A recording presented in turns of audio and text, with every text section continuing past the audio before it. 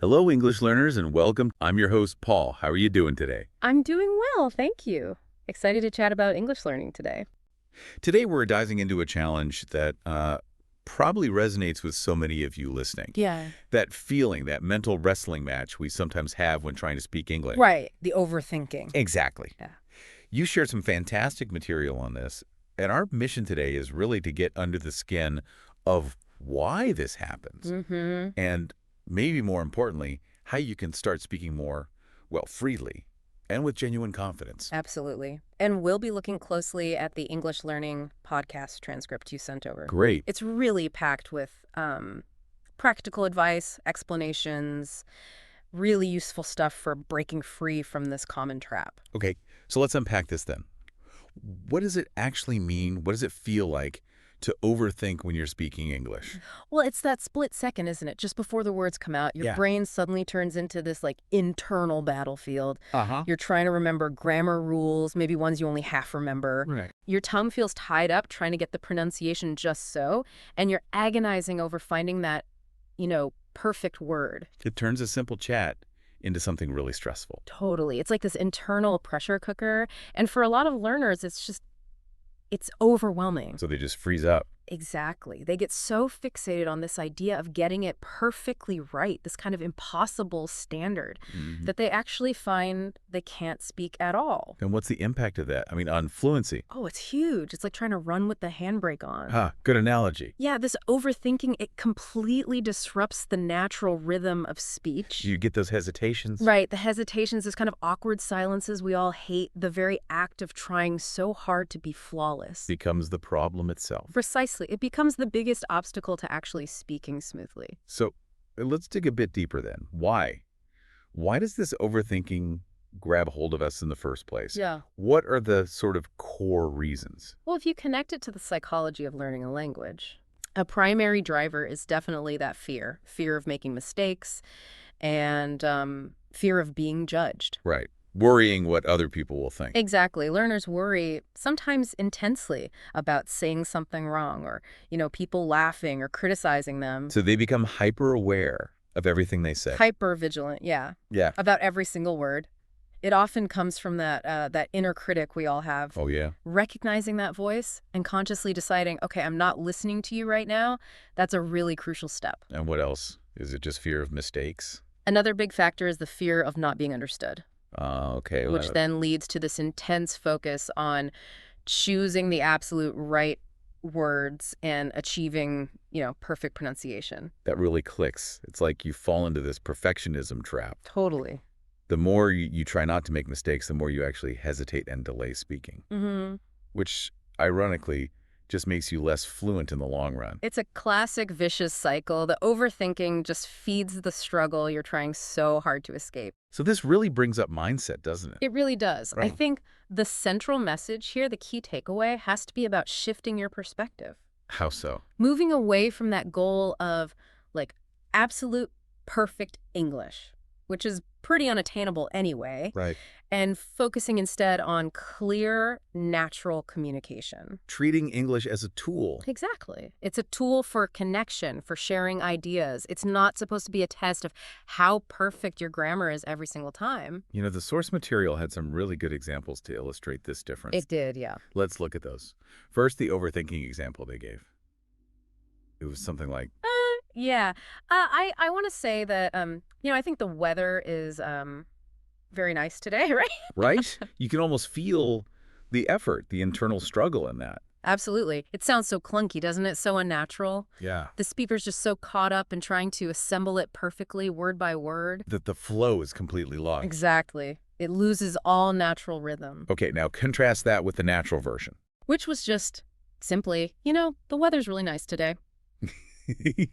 So much smoother, effortless almost. Precisely. And it seems like a small shift, but letting go of that need to dissect every single word before you speak, It's a huge difference. a massive difference in how natural it sounds and how easy the communication feels for both the speaker and the listener. Okay, so that really begs the question then. Yeah. Why is it so important to aim for that natural way of speaking? Yeah. What are the payoffs? Yeah, what are the actual real-world benefits of letting go of that overthinking habit? What do you gain? Well, probably the most immediate thing people notice is a big jump in fluency and confidence. Okay. When you're not constantly fighting that internal editor in your head, Mm, conversations just flow more smoothly, and naturally you start feeling more self-assured about speaking I English. can see that.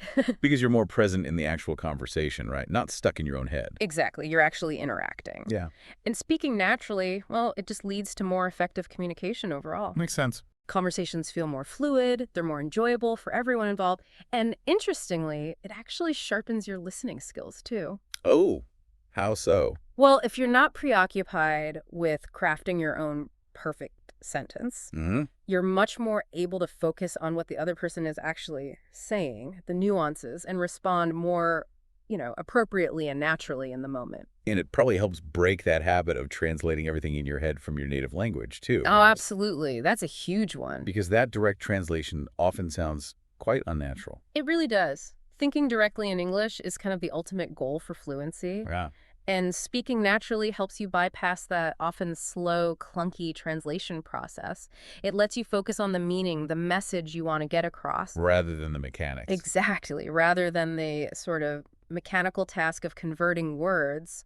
And ultimately, the source material really emphasizes this. People just want to understand you. Right. Clarity over perfection. Exactly. Natural speech helps you feel more comfortable, more at ease in English-speaking situations.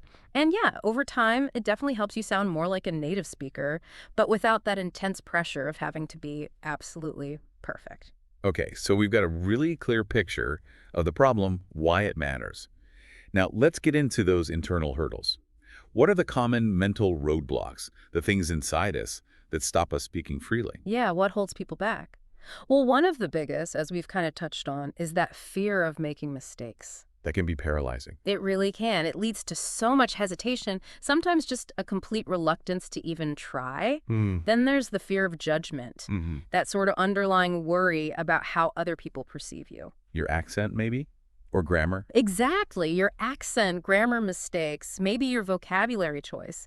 This self-consciousness just puts a real brake on spontaneous communication. It's like you feel you're constantly being evaluated. Precisely, like you're on stage performing instead of just, having a conversation. And then, of course, there's perfectionism itself. That relentless drive for flawless grammar, perfect pronunciation, the ideal word. Which we said actually slows you down. Ironically, yes. Mm-hmm. It hinders progress and creates a lot of unnecessary stress and frustration. Any others? Well, sometimes there's also this pressure, maybe self-imposed, maybe external, to sound exactly like a native speaker. Ah, right. Trying too hard to imitate. Yeah. And when you try so hard to mimic native accents or speech patterns, you can end up neglecting your own natural voice, your own style. And authenticity is important. It really is. Authenticity and clear communication are often way more valuable than, perfect mimicry. Okay. So recognizing these barriers, fear, judgment, perfectionism, pressure, that's the first step. But how do we actually start, dismantling them? How do we make that shift from focusing on being flawless to just moving forward? The key, and the source really drives this home, is making a conscious mental shift Of perfection. to progress. Mm, Focusing on progress. It's absolutely vital to truly accept that mistakes aren't just inevitable. they're part of learning. They're a valuable part of learning. Every single time you speak, whether you make errors or not, you're gaining experience, you're moving closer to your goals. Right. So that mindset shift is foundational. Yeah. But what about practical things? Actions we can take. Yeah. How do we actually train our brains to be more spontaneous, less Yeah. deliberate? Okay. Yeah. Tangible actions. The source offers several really effective techniques. Like what? Well, one fundamental step is just consciously trying to stop overthinking individual words as you're speaking. Easier said than done sometimes. True. Yeah. But practice just getting your thoughts out in English without getting tangled up in analyzing the perfect sentence structure before you even begin. Okay. Free awk exercises are brilliant for this. Free talking. Yeah, set a timer, doesn't have to be long, maybe just 2 minutes to start. Okay. And just talk about anything, whatever comes into your head in English without stopping to worry about errors, without pausing to check grammar in your mind. Just let it flow. Exactly. The goal is just to build the habit of speaking without that constant internal editor running commentary. Wow, that actually sounds quite freeing. Just the thought of switching off that inner critic. It really is liberating. Another powerful technique mentioned is shadowing. Shadowing.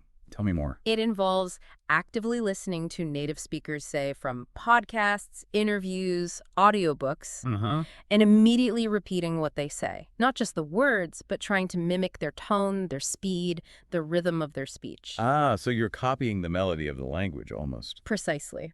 It helps train your brain to process English and react much more quickly, more naturally. That makes a lot of sense. What else? Then there's a strategy called chunking. Chunking. Yeah, instead of Like, thinking word by word. like translating directly. Right. You learn to group words together into natural phrases or chunks. Like, I want to go to the store is one chunk, not 6 individual words. Okay, so Doing this significantly speeds up your mental processing and makes your spoken English sound much more natural and fluid. any other techniques? Mental rehearsal can be surprisingly helpful too. So practicing in your head. Yeah. Before a conversation, you know you're going to have maybe a meeting or ordering coffee. Mentally run through some key phrases, some Do you topics. feel more prepared? Exactly. It builds familiarity and boosts your confidence going in. And then, of course, there's no substitute for just doing it. Real conversation. Real-time conversations.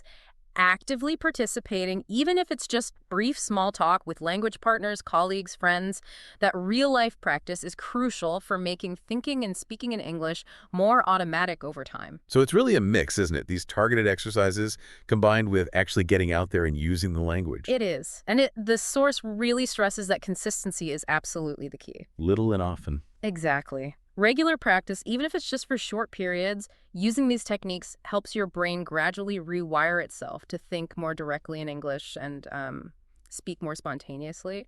Okay, so beyond those specific exercises like shadowing or free talking, what about just everyday life?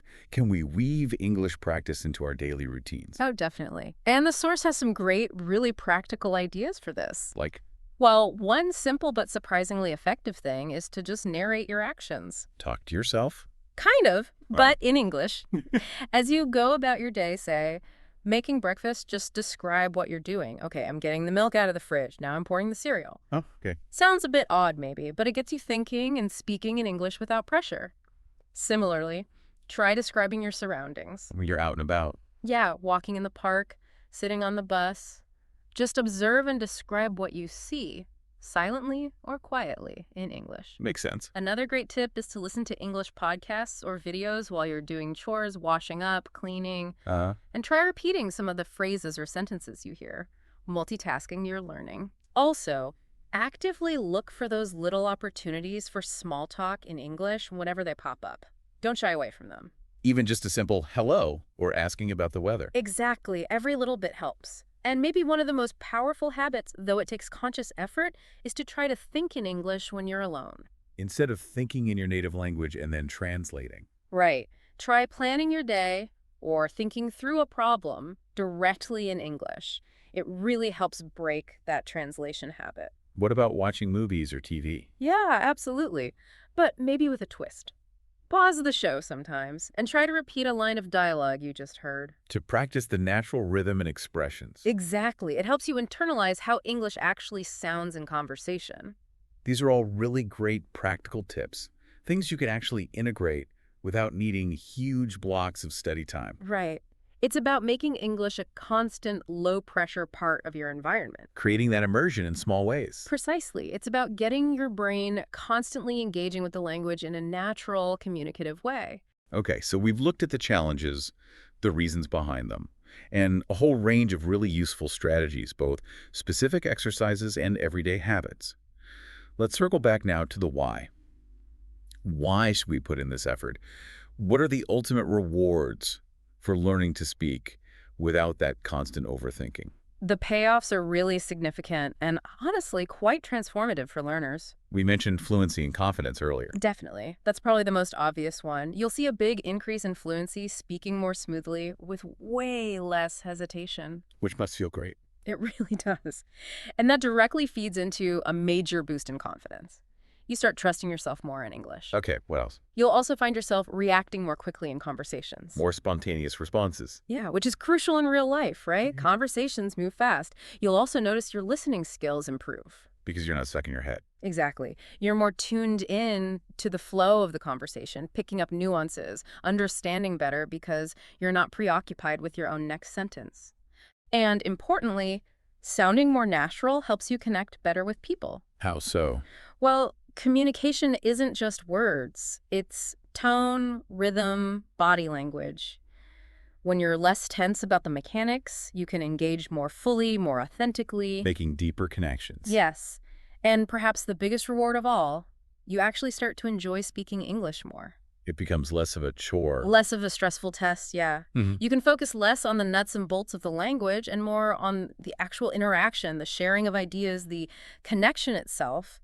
Learning becomes more enjoyable, less stressful. Sounds like it really reframes the whole experience from something potentially intimidating. To something genuinely rewarding and, well, fun. Yeah. And the more you practice speaking without that constant over-analysis, the more natural and effortless it feels. It makes the whole language learning journey much more sustainable and ultimately successful. Okay, fantastic. Let's try and bring this all together then. Today's deep dive has really unpacked this very common, often frustrating experience of overthinking when you're trying to speak English.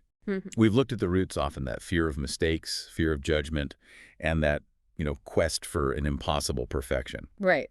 But crucially, we've also uncovered a really powerful toolkit of practical strategies, ways to actually retrain your brain for more spontaneous, more confident speech. Yeah, from those focused exercises like free talking and shadowing. Those simple ways of just weaving English into your everyday life, making it a natural part of your routine. And I think the key message, the thing to really hold on to, is that this journey towards fluent, confident English speaking, it's about progress, not perfection. Embracing the journey. Exactly. Embracing mistakes as just learning opportunities and consciously shifting your focus towards communicating clearly, naturally, authentically. So a final thought for everyone listening. Yeah.